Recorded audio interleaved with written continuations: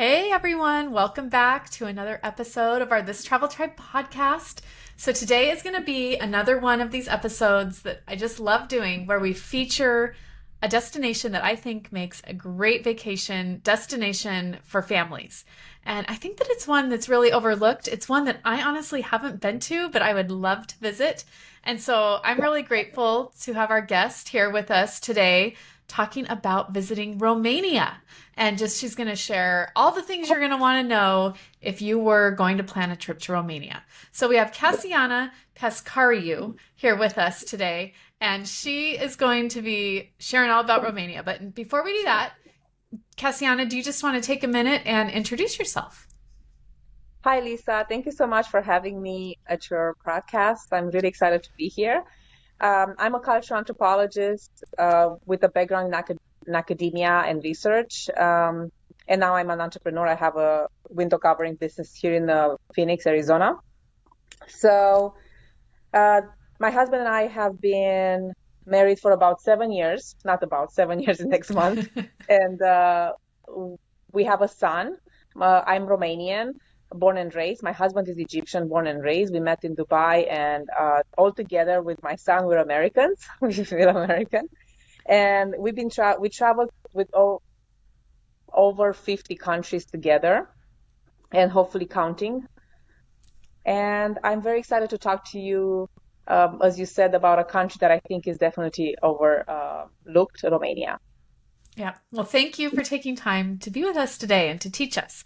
Okay. So, first thing I think when families are getting ready to go on a trip and they say they pick Romania, they're going to want to buy flights, right? So, where do you recommend that people fly into if they're booking a trip to Romania? Yeah, so depending on where you're from, and I know you have listeners from all over the world, if you're here on the west side of United States, like if you're in Phoenix, for example, we don't actually have any direct flights to Romania. So usually when you travel to Eastern Europe, I would definitely recommend for you to have a stop somewhere in West Europe. So, we have daily flights to London, for example, and you can take a flight to London and try to spend a couple of days there.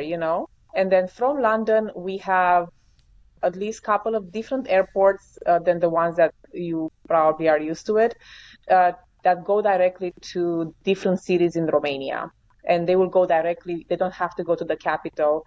So anywhere from Western Europe, from Rome, from London, from Milan, from Turin, from Paris, we have direct flights to Romania, and the flights are actually very affordable. Okay. And what city do you recommend that people fly into? So I wanted to focus on one specific city, which is Cluj. Cluj-Napoca is the city and Cluj is the county, and that's in Transylvania. So Romania has three big parts of it. And even though it's a little bit smaller than Arizona as a state, we have Transylvania, which yes is a real place. And then we have Moldova, which is also a country in Europe, which is the smallest country in Europe. But we have Moldova as a region in Romania. And then we have the south, which we used to call Wallachia, where Dracula is from. So, um, yeah, so these are the three big regions, but I definitely recommend if it's your first time in Romania, I recommend to go to Transylvania and to fly into Cluj. It's a very international city and very representative to to Romania. Okay. How much time do you think people would want to plan for staying there in Cluj? For Cluj, I would say 2 to 3 days, and then you can move to the next one. North from Cluj, it's actually my own county, Maramures, and this is known for specifically kind of you're traveling back in time. Even Western Europeans, when they come and travel, they feel like they kind of went back in time 50 to 100 years. And it just means that you're going to find people still wearing traditional clothing, and you're still going to find people who are gathering their food, they're growing their food, have very sustainable lifestyle, and the villages are very specific. It's like really like you're walking back in time. Um, and I would recommend Cluj and Maramuresh together if you're going. Okay. And do they have accommodations in I'm sorry if I say it wrong, Maramorish? Like, if people want to go there, like since it is more like stepping back in time, what kind of places would people expect to find to stay? So we have from five stars hotel to a cottage in a rural village, completely isolated. So you can have anything in between these two, and it's based on kind of how you like to travel. We have on Airbnb and Booking, you're able to find this, and we also have home exchange. So we have a few people who are, on the home exchange application. So it's up to kind of you what's the experience that you're looking for. If you're okay to have your restroom outside, you know, then you can also find that. And if you really want to stay in a fancy hotel, we also have those options. Okay, so there's something for everyone, it sounds like. Okay, so really you recommend visiting those two cities, and would you recommend going anywhere else in Romania, or would that kind of give you a good taste of visiting the country? Obviously, I'm being very subjective here, and I think this is just a very, very small glimpse of Romania. I think you should definitely try to go south.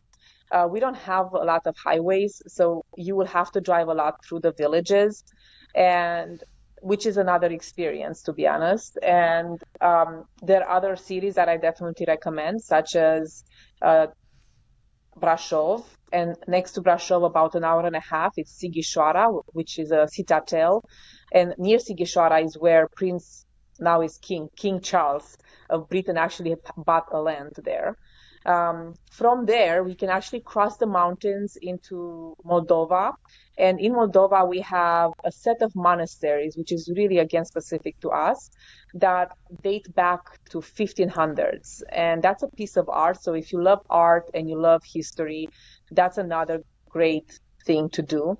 But that will put your trip to like 2+ weeks, to be honest. Okay. So, but some people have 2 weeks. So that sounds fantastic. Now, there is a lot of moving around, it sounds like, when you're in Romania. So, how do you recommend people get around? Like, are trains really popular, or renting a car, or hiring a driver, or like, what do you think? I think trains are very popular and it's very easy to travel with a train. And that's what I would recommend. That would be my number one choice. It's affordable, it's fun, it's easy. The views are amazing. We are considered one of the greenest countries in Europe. That would be number one choice. Number second would be buses. It's just a very easy way to go to the bus. But I would say, like, if you don't speak the language and if you go to a place where maybe you're not going to find a lot of English speakers, maybe it's going to be a harder way to find the bus station, even though most of the time the bus station is next to the train station, but they're not as visible as in the United States. But the train stations are visible, they're pretty visible. Hmm. And the third option will be to drive.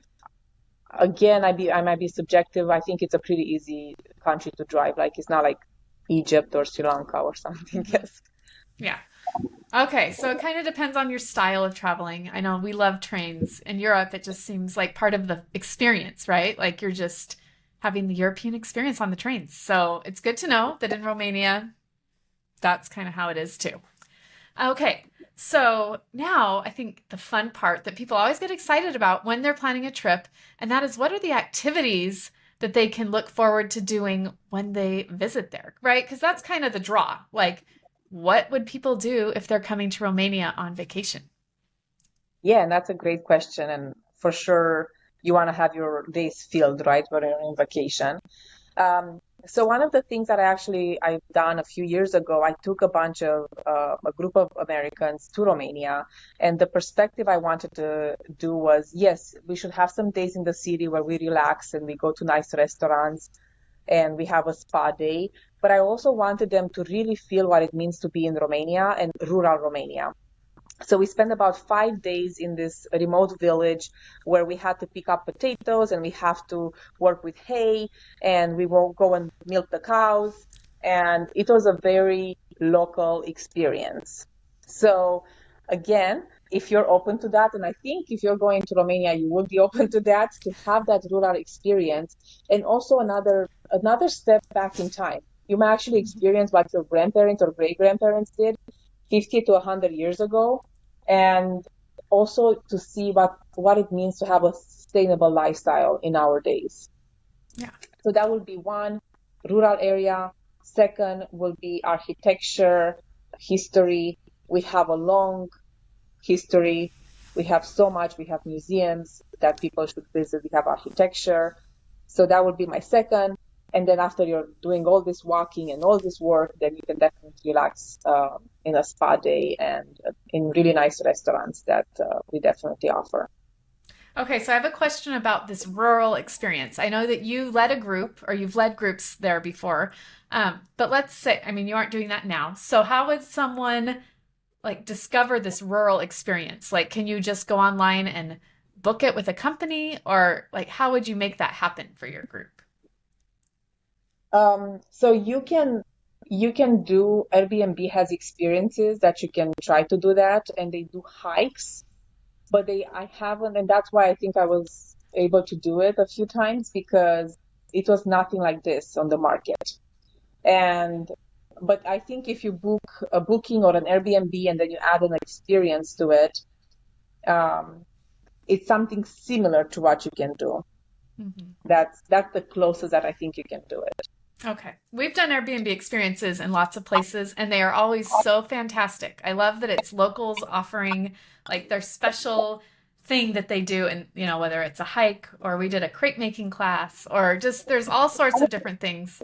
So that's a great tip is to look into Airbnb experience. And I don't think you don't even have to book through Airbnb for your stay. You could just go and only book the experiences. Like they don't have to be tied together. It could be convenient, right, if it's all just in the same app. But don't think you're limited to doing an experience only if you book on Airbnb. Like you can just go check out experiences. So such a good idea. Yeah, and I want to add to that, like if you're gonna get an Airbnb, and a lot of the times the people don't live there, the owners, right? So you can get an Airbnb in this little town or in this village, and then from there, you, if you're lucky enough to find someone who can guide a hike, exactly what Lisa said, they're not connected, right? But definitely there are multiple applications out there for traveling that you can use and utilize while traveling. Yeah, that's a great tip. Okay, so it sounds like there's pretty much something for everyone. Like there's outdoor activities, including hiking or milking cows, right? Getting to see probably old churches and architecture and art, and then just relaxing in spas and that kind of thing. So there's really something for everyone. Is there anything else you think worth mentioning, or should we move on to our next It little kind of, topic? because of what you said, Lisa, it kind of reminded me of something that my husband and I did. So we did took a pottery class, and this was in a small town across from my village that we would drive every day. And this person actually also offers accommodation and offers classes and hiking. And we did traditional pottery that we learned how to do for a week, and that was extremely fun. But also the way he described what we're doing was it was not just pottery. The way he said it, he was like, we take this piece of soil, right? The soil that people were buried in, like you're taking part of someone and transforming into something beautiful. So I think pottery, it's a old trade that we used to do in Romania, and of course with the globalization, a lot of these things are getting lost, right? So Mhm. yeah, I will say I would check some classes out. Yeah, that's a great idea. Now, what about the language? Like, obviously they aren't going to speak English, like a lot of our most all of our listeners would speak English. Um, is that a barrier? Is it okay and easy to get around still? Like, what do you think about that? I think in the major cities, the ones that I mentioned, like Cluj-Napoca, Baia-Mare, Brașov, Sighișoara, Iași, I don't think you're gonna have problems with the language. But I do think as you move to like uh, smaller towns and villages, then yes, language might be a barrier. However, from my own experience, I think now with Google Translate, even though it's not 100% accurate, I think body language and Google Translate and pointing to things will get you a long way. Yes, and I think a smile is always worth a thousand words, right? I've done Google Translate with people when I've been in other countries, and you just hold up your phone, and you type it out and hold it up, and then they might take your phone and type what they want to say. And I think it's all part of the cultural experience getting to do that. Yeah, absolutely. I completely agree with that. Okay, so it sounds like amazing activities. Now, another topic that I absolutely love and I think goes hand in hand with travel, and that is the food. So, are there certain Romanian specialties that you think people need to try, or like what kinds of foods would people expect to get when they're in Romania? Yeah, that's a definitely a very cultural question. So with Romania, actually, it's by seasons, not as much now. When I was growing up, we ate really by season. So my first time having a tomato during winter time was when I was in high school. You only eat tomatoes during summer and fall, right? You don't eat tomatoes out of that time. This means that a lot of the people we still have a lot of people who are growing vegetables and crops. And if you are able to go to a farmer's market, which is not a fancy thing, like here, that's the lowest possible way where you can actually buy products. But the way the products will taste is not going to be comparable with what you're going to eat here at the supermarkets. So that's the number one. I think vegetables and fruits are still like very like grown in a way that tastes like how probably they used to taste in the past. Yeah. Um, and then some of the dishes that are very traditional will be polenta. We call it mamaliga. Polenta is a Polish word. We call it mamaliga, and then we make mamaliga. We put cheese. The cheese is, again, you can actually find that cheese by the farmers, made by them from scratch, from the cows. And then we also add sour cream to it. So that's a very Romanian dish, and I definitely think you should try that, especially if you're gluten free or if you're eating gluten free or like you're vegetarian, that's a perfect. If you're vegan, the way I talked to my customers a few years ago when I did these trips was depending on where you're going, Romania is a 98% Christian country and 80% Orthodox. And the Orthodox, the way they eat is like they're vegans. About 6 months a year, they're vegan. So Wednesday and Friday, they don't eat anything animal product. And some people not even honey. And then 2 weeks in August, 40 days before Christmas, 40 days before Easter. So that's the best way you can say. You can say, just say, I'm fasting. So then people will be sensitive to that and they will make sure to point you. We have a vegetable spread that you can try. So that's kind of like things people who are a bit more picky with food. On the other hand, pork is a big part of our culture, especially in the winter time. During the winter time, we cut pigs and then we actually save them for at least 6 months. And then you're gonna see a lot of the menus, specifically if you go in the winter and springtime, they're gonna have a lot of pork options. Goulash, which is a Hungarian dish, but also we have goulash in Romania, the Romanian goulash, and they make it in these huge pots and they taste so good. And we serve that with bread and we serve with mashed potatoes.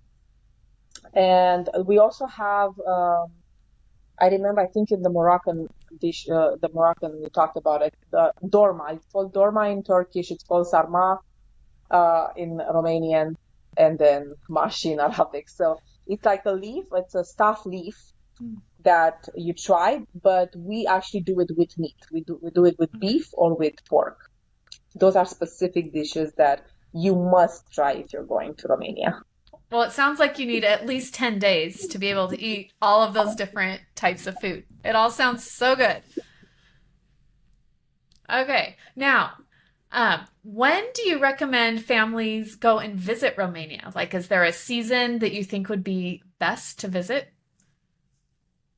I think most people go in the summertime, June, July, August. This is a vacation time. August is our biggest month. It's our busiest month in Romania. We're about 20 million people in Romania. 10 million of us are out of the country. And a lot of the people who are out of the country, they're in Western Europe. So in Spain and in Italy, they actually give them a month free in August. So the traffic is worse in August. It's just busier. I personally don't think that's so fun to go in August. In June, we still have school, but that might be a good time to go at the end of June or July because the weather will be beautiful. It's gonna be sunny and the days will be long, and that will be awesome. That will be awesome. However, I think if you like skiing, I would not deny a winter, holiday in Romania. Um, you can do that for 5, 10 days. But in the summertime, I think you can do it for 2 weeks. I think wintertime might be tough for someone to be Okay. there, getting dark at 3:30. So I would say June, July, or depending if you like skiing or not. So do you have a lot of big ski resorts in Romania? Yes, we actually have um, at least 4 or 5. We have one across from my village in Maramures, Kavnik. We have in Brasov at least two. Um, and I definitely think they're a pretty good size. They're obviously not the Alps, so if you're a medium skier, that would be a perfect Mhm. place to go, to be honest. Yeah. Okay, that sounds amazing. For some reason hadn't thought about skiing in Romania. I mean, it makes sense. Yeah, that's great. Okay, I think we've covered everything, but is there anything else that you think people need to know if they are planning a trip to Romania? Yeah, when I did the trips to Romania, a lot of the people still associate Romania with the Cold War and communism and Soviet Union, and I want to clarify some things because I find the same issues over and over again as a Romanian. Romania is a Latin country. Romania means people of Rome. We are coming from the Roman Empire and Dacia and Tracia, which is the initial tribes before the Roman Empire colonized us. We also had Ottoman Empire and Austro-Hungarian Empire who colonized us. We are a Latin language base, so even though you can see my accent and you think it's Slavic, of course we have Slavic words, but our base language is Latin. The closest language to us is Italian. And if you speak Spanish, you're gonna be pretty lucky to have a lot of common words in Romania. So I just wanted to like kind of put that out there. It's a safe country to travel. Just use your common sense. Do not be afraid. Do not be afraid of Eastern Europe in general. When people tell me, oh, I travel all over Europe, and then I say a bunch of Eastern European countries, like they never stepped in Eastern Europe, and it's like, Hmm. oh, there are 51 countries in Europe. Like you haven't been everywhere in Europe. You've been Yeah. to Western Europe. So I definitely want people to like give Eastern European countries just more chances. Hmm. Yeah, I've been to Poland, which that's Eastern, right? It Okay. is I've been Eastern, there a yeah. couple of times and I love Poland. So I'm imagining Romania would be just as wonderful as Poland. So definitely there's so much charm. It's still European charm all over, right? So yeah, I think Romania would be fantastic. Okay, so I love to wrap up episodes asking three final questions. So, first of all, what is one of the favorite places that you've ever visited? And it sounds like you've been to so many places, so might be I hard to decide. and I it is really hard to decide, and I feel like every single country had something special that I stayed, and I choose this country to talk about again because I think it's overlooked, and I completely understand that as an American, it's really difficult to go to this country, but this was like one of the top countries, Iran. Iran I've been 2 times there. It's just an amazing country. The people are really, really awesome. Like, it's not comparable to what media talks about it. They have amazing architecture, awesome history, so much to see. As an American, you can only go with the organized troop, like group. You cannot just go by yourself and take your Hmm. family. But definitely, again, like if you go and you're following the rules and you apply anthropology concepts, like you should be okay. So that was one of my top countries that I enjoyed being. Okay, that's totally cool. All right, so now what is one item that you love to take with you on every trip? Yeah, I saw your question. So I thought about it and I was like, what do I always take with me? I actually take these little wallets. I take little wallets with me Okay. because I do not use my credit card when I travel or my debit card. I actually change money in the country that I'm going to. And especially in Europe, we have these euros that we always have to carry with us. So I like to always have a little wallet where I can put the change and I can use, like, I have access to it easily when I travel and I have to pay for stuff. Okay, so smart. And then where are you going next? Our next trip will be next week or in 2 weeks. And we're gonna go to Mexico to the Rocky Point. Oh, fun. I love Rocky Point. Us Arizonans love Rocky Point because it's our closest beach, right? It's a three hour drive down to Mexico and you're at the beach and it's beautiful down there. So I'm sure you'll have a great time, and October weather should be perfection down in Yes, Mexico. we're very excited to be there. Yeah. Yeah, that'll be great. Okay. Well, Cassiana, thank you so much for coming today. Like, it's been so fun to learn more about Romania and just have a new place highlighted. And I hope that our listeners are getting excited about maybe adding this to their list. The bucket list, it just keeps growing because there's so many great places to visit. But thank you so much for coming and sharing with us today. Thank you so much for having me, Lisa, and I hope to see you in Romania next time. Yeah, I hope so. All right. Thank you. Thank you.